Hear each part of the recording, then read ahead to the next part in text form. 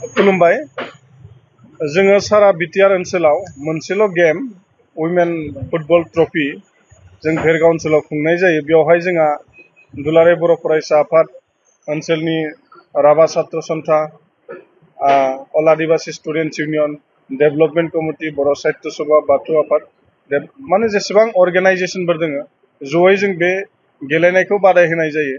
बिनि थांखि आरो नोजोरा जाबाय जे हिन्जावसाफ्रा एम्पावार जानांगौ आरोखि हिन्जावसाफ्राबो गेलेनायजों गावनि जिउखौ दानो हाथों होननानै नैबे उद्देश्यजों जोङो बे बादायलायनायखौ खुंनाय जायो।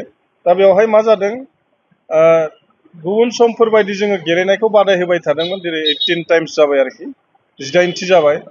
खोथाया जाहैबाय जोङो सेप्तेम्बरनि 1 तारिखनिफ्राय गेलेनाय बादायलायनायखौ लादोंमोन। टीमफोरखौबो अलरेडि जोङो इनभाइटेसन हरनाय जादोंमोन। नाथाय मैया बिटिसिनि इलेक्शननि जि कड अफ कन्डाक्ट बेखौ फोसावनाय जाबाय। बेवहाय 2 तारिखे बिथांमोना नमिनेशनखौ लास्ट होदों आरोखि। दा बेवहाय जोंहा मोनसे टेक्निकेल प्रब्लेम जाबाय जे ओनसोलाव थानाय जेसेबां सुबुंफोर दङ अर्गेनाइजेशनफोर दङ बिथांमोना खम बेसिब्लाबो इलेक्शनाव इनभल्भ थागोन। जिहेतु बियो गणतान्त्रिक मोनसे अधिकार बयहाबो मोन्थाय दङ बयबो बाहागो लागोन। ओंखायनो गासै बिथिंखौ नायनानै जोङो बिटिसिनि इलेक्शननि बे टेक्निकेल असुबिदाखौ नायनानै जोङो मा खालामदों जे डेटखौ पस्टपन खालामदों आरोखि। जोङो खेला फाथिनायखौ बन्द खालामाखै। इलेक्शन जोबनाय रिजाल्ट होनायनि साननैनि उनावनो जोङो जिरायफिननानै डेट मोनसे फिक्स खालामगोन।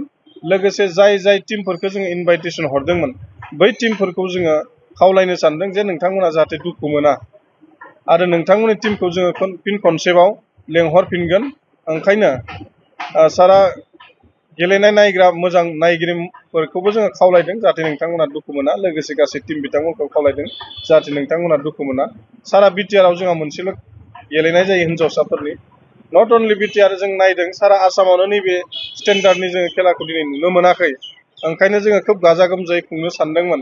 नाथाय दुखुनि बाथ्रा होनदों जोङो इलेक्शननि कड अफ कन्डाक्टआ थाब एसे नांनाय नङामोन। 6-7 तारिखसो थांगोन होननानै जोङो सानदोंमोन जेब्ला नैबे खेलाखौ जोङो फाथिनो लादोंमोन बै समाव सावरायनायाव। दा खोब सर्ट टाइमाव आसाम सरकारा जे इलेक्शनखौ फाथिनो लाबाय बेवहाय जोंहा एसे दुबिदायाव गोलैबाय। ओंखायनो जोङो नैबे खेलाखौ दोनथ'नानै तारिखखौ उनाव लागोन होननानै जोङो सावरायनानै दिनैनि प्रेस मिटखौ लानाय जादों आरो।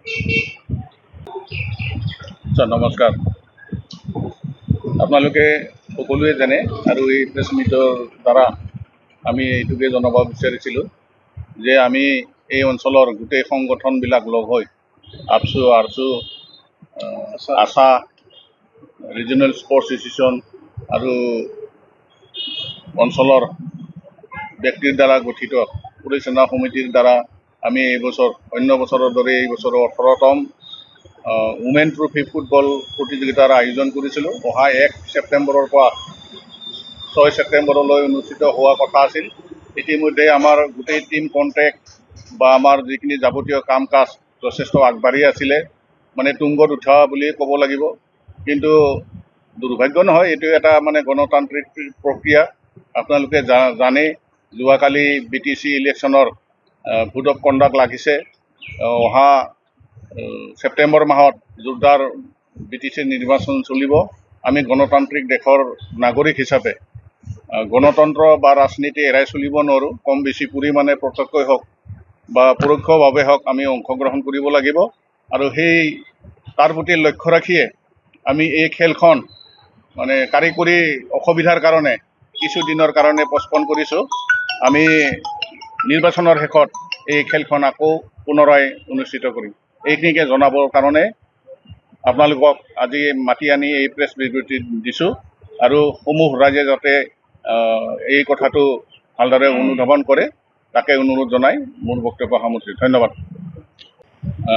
গান্দা খুংগুৰ, ভেৰগাঁও FC, আছাম ৰাইফল আৰু ভূটানৰ টিম এটা গেলেম্পু আমন্ত্ৰণ জনোৱা হৈছিলে। গোটেই মানে এগ্ৰিমেণ্টো কৰা হৈছিলে। ইতিমধ্যে আমি যিহেতু এই সিদ্ধান্তটো লৈছোঁ তেওঁলোকক আমি যোগাযোগ কৰি খেলখন যে পিছুৱাই দিয়া হৈছে এই কথাটো আমি অৱগত কৰিম আৰু তেওঁলোকক পিছৰ পৰ্যায়ত আকৌ আমন্ত্ৰণ জনাম। এইখিনিয়ে।